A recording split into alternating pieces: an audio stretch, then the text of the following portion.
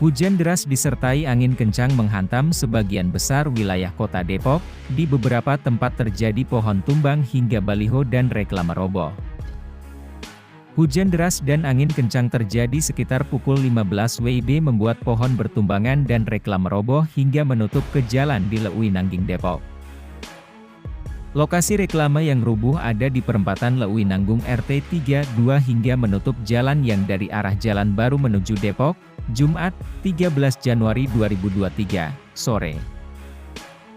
Antisipasi lantaran pada reklame pengumuman perumahan tersebut masih terdapat struk listrik. Sampai saat ini belum ada laporan.